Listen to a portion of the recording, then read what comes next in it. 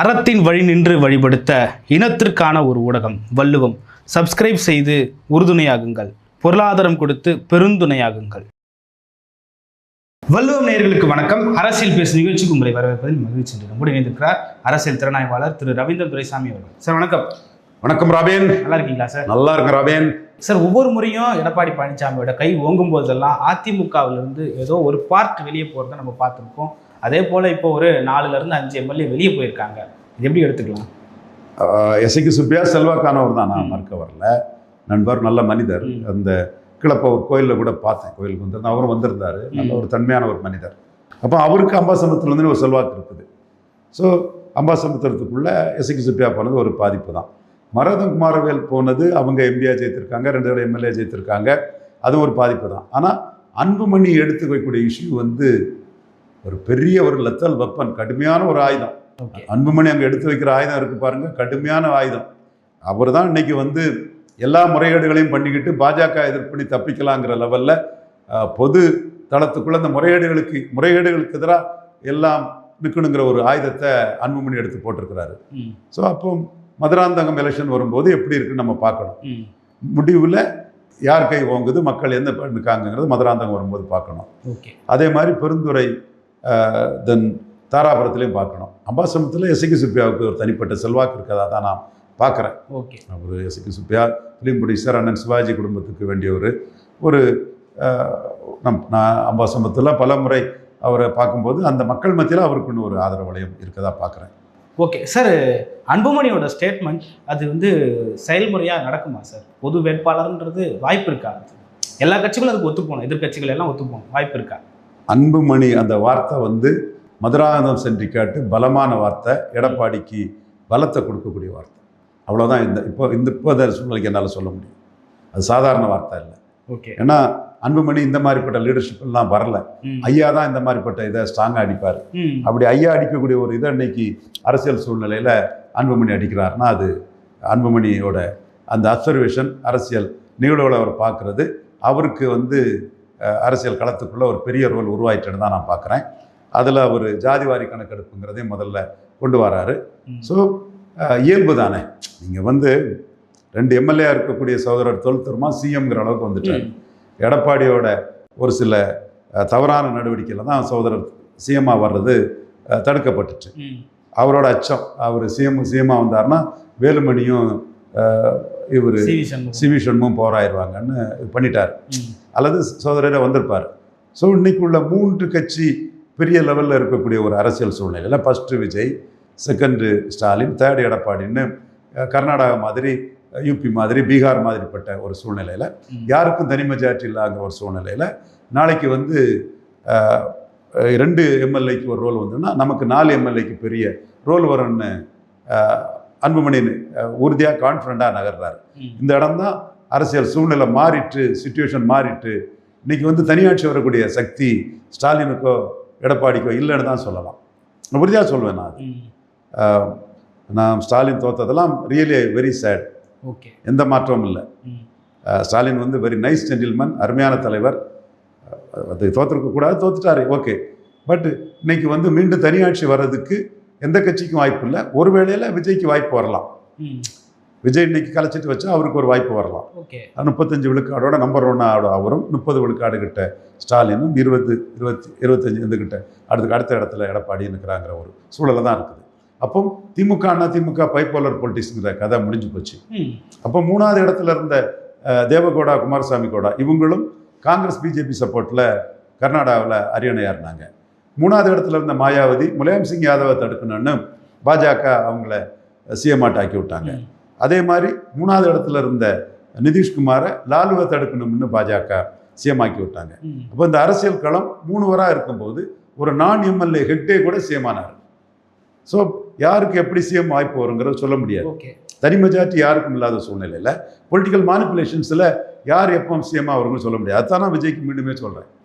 ஹெக்டே, நரசிம்ம, என்டிஆர் மாதிரி போகிறது தான் உங்களுக்கு நல்லதுங்கிறத நீங்களே டிசல்யூஷன் வாங்கிக்கிட்டு உங்களுக்கு கான்ஃபிடென்ட் இருந்தால் போகிறதான் நல்லதுன்னு சொல்கிறேன். அப்போது இன்னைக்குள்ள இந்த சூழ்நிலையில் மும்முனையாட்டு இருக்கக்கூடிய டைமில் யாருக்கு எப்போ எந்த வாய்ப்பு வருங்கிறது சொல்ல முடியாத ஒரு தன்மைக்குள்ளே தான் இருக்கிறதா நான் பார்க்குறேன்.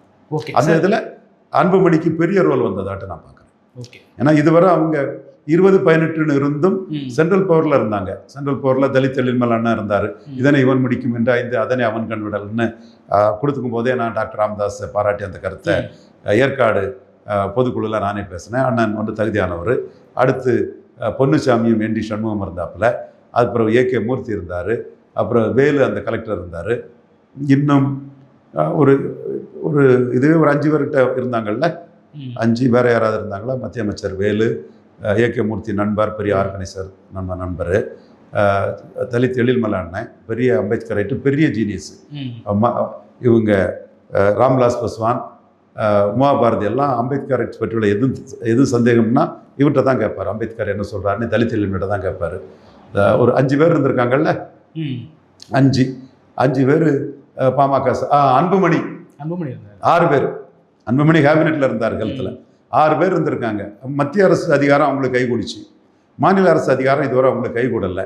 ஆனால் இன்னைக்கு மும்முனை போட்டியாகி தனியாட்சி யாரும் நடத்த முடியாதுங்கிற ஒரு சூழ்நிலை இன்னைக்கு இருக்கிறதுனால அவங்களுக்கும் நாளைக்கு அந்த அதிகாரம் கை கொடுறதுக்கான வாய்ப்பு இருக்குது. அந்த கான்ஃபரன்ஸில் மாறின அரசியலில் அவர் தெளிவான ஒரு அரசியலை அன்புமணி பண்ணுறதா தான் நான் பார்க்குறேன். விசிக்காக கிடைச்ச இந்த முக்கியத்துவம் அன்புமணிக்கு ஒரு கான்ஃபிடன்ஸை கொடுத்து அவரும் ஸ்ட்ராங்காக கான்ஃபிடண்ட்டாக அரசியல் பண்ணுறாரு. ஓகே சார், ஆதவ அர்ஜுனா தலைமையில் இன்னைக்கு கொத்தா வணிகர் சங்கங்கள் சார்ந்த அதிமுக நிர்வாகிகள் இணைகிறாங்க. அதே போல் முன்னாள் எம்எல்ஏ ஸ்டாலினோட தலைமையில் திமுகவில் இணைகிறாங்க. அதிமுகவில் இருக்கக்கூடிய நிர்வாகிகள் எல்லாம் கொத்தா தாவேக்காவுக்கும் திமுகவுக்கும் போகிறத பார்க்குறோம். சரிவை நோக்கி போயிட்டு இருக்கா அதிமுக அப்படின்ற கேள்வி எந்த பகுதியில் இருந்து போகிறாங்கன்னு தான் பார்க்கணும். சென்னையிலேருந்து நடராஜ் போகிறாரு. நல்ல நேர்மையான காவல்துறை அதிகாரி, ஜெயலலிதா இதாக இருந்தவர். அவரை வந்து ஒரு தனித்தன்மையோடு உள்ளவங்கனால எடப்பாடியால் அவர் புறக்கணிக்கப்பட்டார். அவர் இங்கே போகிறாரு. அடுத்து வெங்கட்ராமன், சென்னை ஆலந்தூரை சேர்ந்தவர். நடேசன் பால்ராஜ், ஐயாவளி நாடார் நடேசன் பால்ராஜ். அவர் நம்ம ராதாகிருஷ்ணன் இவங்களுக்கெல்லாம் ரிலேட்டிவ். நம்ம சகோதரர் தான், அண்ணாமலை ட்ராவல்ஸ் அவர் டிரான்ஸ்போர்ட் சர்வீஸ் சகோதரர். இவங்களுக்கெல்லாம் ரிலேட்டிவ். வெங்கட்ராமன் ஆலந்தூரில் எம்எல்ஏ இடைத்தேர்தலில் ஜெயித்தோர்னு நினைக்கிறேன். அவர் போனார்னா இங்கே அதிமுகவுக்கு எதுவும் இல்லைன்னு நினைக்கிறாரு. மயிலாப்பூரில் அதிமுகவுக்கு எதுவும் இல்லைன்னு நினைக்கிறாங்க. ஸோ இந்த பகுதியில் உள்ளவங்க போகிறாங்க. அந்த கோர் வன்னியர் பெல்ட்டில் இருந்தோ விளாளக்குன்ற பெல்ட்டில் இருந்தோ பெருசாக யாரும் எடப்பாடி விட்டு போக மாட்டாங்க. அதனால தான் அந்த கட்சியோட தன்மையாக வந்து 3வது இடத்துல ஒரு 20 விழுக்காடு பலம் கொண்ட குமாரசாமி கவுடா, தேவகவுடா அப்பா மகன் தான். அந்த மாதிரி ஒரு தன்மைக்குள்ள அது இருக்கும். அரசியல் டைனமிக்ஸ் மாறிட்டுங்கிற கருத்தை நான் சொன்னேன். வெங்கட்ராமன் திமுகவுக்கு போயிருக்கார். நாடார். திமுகவில் நாடாரு கொஞ்சம் முக்கியத்துவம் கொடுக்கக்கூடிய ஒரு கட்சி. நாடார்களை பிரதிநிதித்துவப்படுத்தக்கூடிய கட்சிகளோட அவர் திமுகவுக்கு போகிறார். அதிமுகவில் ஒரு நாடார். என்னோட பார்வை பைப்போலர் போயிட்டு ட்ரைபோலர் மற்ற ஃபோல்ஸ் இருக்காங்க. சீமான் 4 to 8 ஒரு பெரிய ஃபோல்ஸ், அதை நான் மறுக்க வரல. நெக் டு நெக் ட்ரைபோலருங்கிற லெவலில் 3 பேரும் இருக்காங்கன்னு சொல்லும்போது 108, 60, 47ங்கிற லெவலில் சீட்டிங்கில் இருக்காங்கன்னு சொல்லும்போது அந்த வாய்ப்பு அதிமுகவுக்கு இல்லாத பகுதியை சேர்ந்தவங்க போகிறத நம்ம பார்க்குறோம். இருக்க பகுதியை சேர்ந்தவங்க, ஏன்னா இப்போ கூட ஸ்டாலின் ஒரு 10 சீட்டு கூட எடப்பாடிக்கு வந்திருக்கோம்னா அண்ணாமலை பிரச்சனையும் செங்கோட்டையும் பிரச்சனையும் இல்லாமல் விளையாடக்கொன்ற ஒரு 10 சீட்டு கூடுதலாக ஜெயிக்க வச்சுருப்பாங்கன்னா ஸ்டாலின் சப்போர்ட்டில் எடப்பாடி இருந்திருக்க மாட்டார். அப்போ எடப்பாடி ஜெயலலிதா எம்ஜிஆர் மாதிரி வர முடியாது. ஆனால் தேவகவுடா, மாயாவதி, நிதிஷ்குமார் மாதிரி அவருக்கு வர்றதுக்கு சீஃப் மினிஸ்டருக்கு வாய்ப்பு இருக்குங்கிறது. அந்த வாய்ப்பு ஒரு நான் எம்எல்ஏக்கே இருக்கு. ஓகே, எம்எல்ஏ அல்லாத ஒருத்தருக்கே இருக்குது. சார், 90 விழுக்காடு அதிமுகவினர் தாவேக்காவுக்கு வரதான் விரும்புகிறாங்க. எடப்பாடி பழனிசாமியோட அந்த முடிவு தான் இத்தனைக்கும் காரணம். 47 எம்எல்ஏக்களை வச்சு முதல்வராகலான்னு முடிவு பண்ணாரு. அது ரொம்ப தவறான முடிவு. அதுதான் இதுக்கு காரணம். அதை இப்போ நடேசன் பால்ராஜ் பையன் முன்னாள் எம்எல்ஏ திமுகவுக்கு போயிருக்கிறாரா? அது தப்புனே ஆகிப்போச்சே. அதிமுகவுக்கு பலகீனமான இடத்துல உள்ளவங்க தாவேக்காவுக்கு போகிறாங்க. இப்போ நடேசன் பால்ராஜ் மகன் வெங்கட்ராமன் எம்எல்ஏ நாடார் வகுப்பை சேர்ந்தவங்க. ஒரு நாடார்னா திமுகவுக்கு நாடார் பெல்ட்டுக்குள்ள செல்வாக்கு இருக்குது.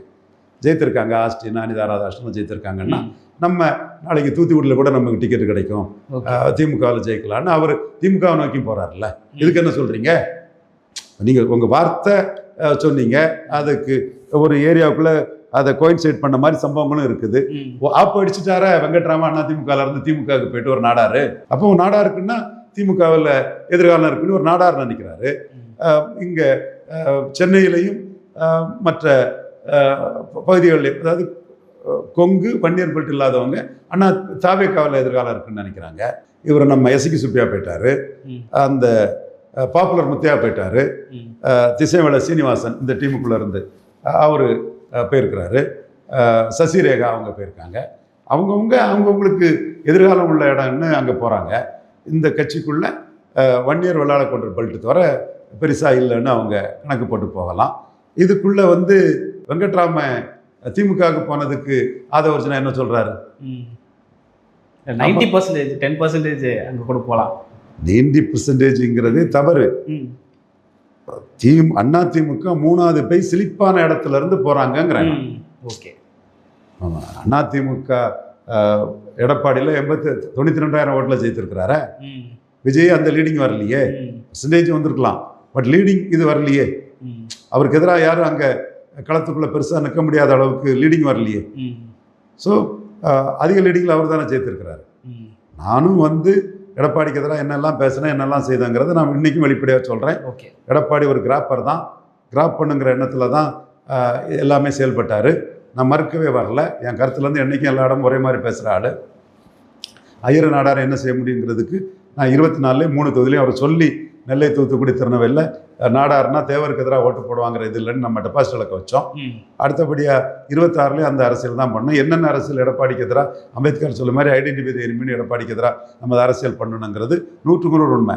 ஆனால் ஆனஸ்ட்டாக 21 விழுக்காடு வாக்கும் செங்கோட்டை எம்ஜிஆர் ஜெயலலிதாவை சொல்லி எடப்பாடியை பலகீனப்படுத்தினிலிருந்து, அண்ணாமலை தலைவர் போஸ்டிலிருந்து நீக்கப்பட்டு அவர் பலகீனம் அடைஞ்சதுலேருந்து, தேமுதிக திமுகவில் சேர்ந்ததுலேருந்து, ஓபிஎஸ் திமுகவில் சேர்ந்ததுலேருந்து அத்தனை பலகீனங்களையும் மீறி தானே 21 விழுக்காடு ஓட்டு வந்திருக்கிறாரு.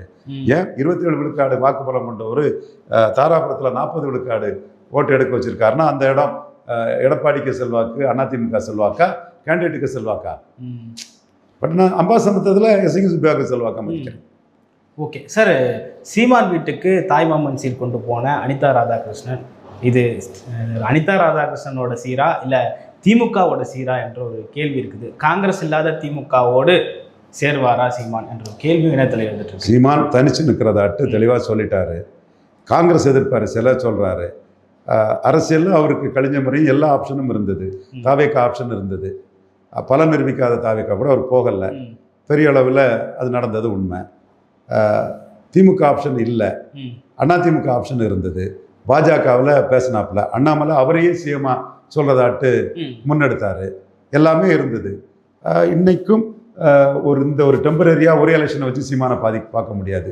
எம்பி எலெக்ஷனில் 8 விழுக்காடு எடுத்தவர் தான். ஸோ அவர் காங்கிரஸ் எதிர்ப்பில் பாஜக காங்கிரஸ் எதிர்ப்பில் தான் அவர் தனிச்சுங்கிறத டிக்ளேர் பண்ணி தான் 20-20ன்னு போகிறாரு. பட் எல்லா காலகட்டமும் அவரை கூட்டணிக்கு வந்துருங்கன்னு அவரை தேடக்கூடிய சூழ்நிலை தானே இருக்குது. இப்போ திராவிட முன்னேற்ற கழகம் சீமான ஒரு காங்கிரஸ் எதிர்ப்பில் துரோகம் பண்ண காங்கிரஸுக்கு எதிராக வந்துருங்கன்னு அவங்க முயற்சி பண்ணலாம். ஸ்டாலினே இதுக்கு பின்னணியில் இருக்கலாம். பட்டு சீமான் தனிச்சு போட்டிங்கிறதுலையும் 4 பேர் எதிர்ப்புகளையும் அவர் போயிட்டு இருக்காங்கிறதான உண்மை. ஓகே சார், அண்ணாமலை அவர்கள் முதல் முறையாக மத்திய அரசை எதிர்த்து ஒரு ட்வீட் ஒன்று போட்டிருந்தாரு. அதாவது மும்மொழி கொள்கை இது ஏன் அவசரம் காட்டணுன்ற மாதிரி போட்டிருந்தாரு. முதல் முறையாக மத்திய அரசை எதிர்க்கிறாரு. என்ன முடிவு எடுக்கிறார்? மண்ணுக்கேற்ற மார்க்சிய மாதிரி தமிழ் மண்ணுக்கேற்ற ஒரு அரசியல் கட்சி அவர் தொடங்கலான்னு முடிவு பண்ணிட்டாரோன்னு தோணுது. எதியூரப்பாவோட சக்சஸ், விஜயோட வெற்றியும் அவர் ரோல் மாடலாக அதை எடுத்து போவாரோன்னு தோணுது.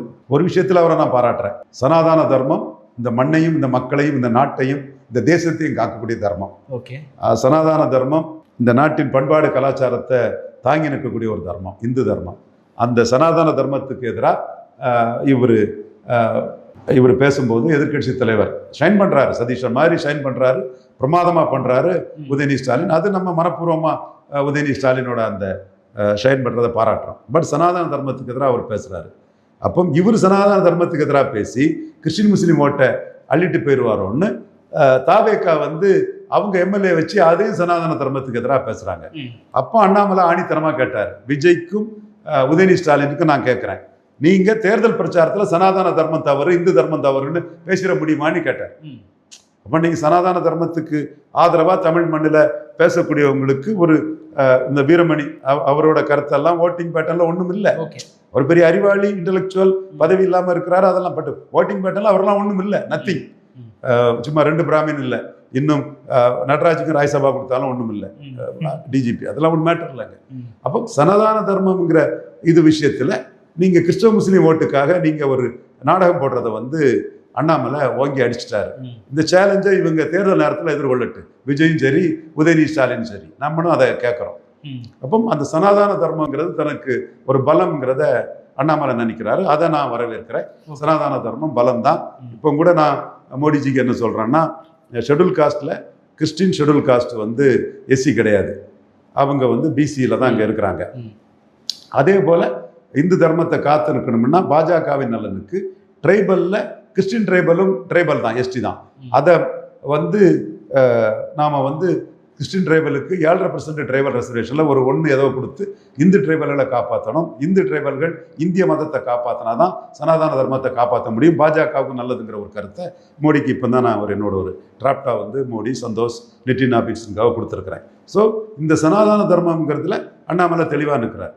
அதை நம்ம வரவேற்கிறோம். பட் அவர் மொழி பிரச்சனையில் வந்து இந்திய எதிர்ப்புங்கெல்லாம் திமுக, அதிமுக, திராவிட கொள்கையும் அவர் கையில் எடுக்கிறாரு. ஸோ விஜயின் வெற்றி, எதியூரப்பாவின் வெற்றி அவரை வந்து ஒரு ரீஜனல் பார்ட்டியை ஆரம்பிக்கிறதுக்கு வழிவகுப்பட்டதுன்னு பார்க்குறேன். எப்படி வாராரு, என்ன ரூபத்தில் வாராருங்கிறத பார்ப்போம். பெருந்தலைவர் காமராஜரை ஏற்றுக்கொண்ட ஒரு குடும்பத்தை சேர்ந்தவர், ஒரு திறமசாலி, கடும் உழைப்பாளின்னு நிரூபித்தவர், மோடிக்கு பெரிய வேல்யூ அடிஷனாக இருந்தவர். அவருக்கு நம்முடைய வாழ்த்துக்களை தெரிவிச்சுக்கிறோம். மோடி பிரதமராக தான் 2029 தான் இந்த ட்ரைபல்ஸில் என்ன பண்ணணுங்கிற கருத்தை நாம் சிந்தனை, எண்ணம், செயலெல்லாம் மோடி சென்றிக்காக தான் நம்ம இருக்கோம். பட் சகோதரர் அண்ணாமலைக்கு நம்ம வாழ்த்துக்களை மனப்பூர்வமாக தெரிவிச்சுக்கிறோம். சார், கட்சின்னா பாஜகலேருந்து வெளியே வந்து தனி கட்சி, பொறுத்திருந்து பார்ப்போம் எல்லாம் எப்படி. சார், ஒருவேளை அப்படி நடந்தா சீமான் அவர்களும் அண்ணாமலை அவர்களும் சேர்ந்து பயணிக்கிறார். So many ifs and buts வரட்டு. சீமானும் அண்ணாமலையும் அண்ணன் தம்பிகள் தான், அது எனக்கு தெரியும். ஓகே, பல்வேறு கருத்துக்களை பகிர்ந்து கொண்டீங்க. மற்றும் ஒரு கான்செப்ட். நன்றி சார்.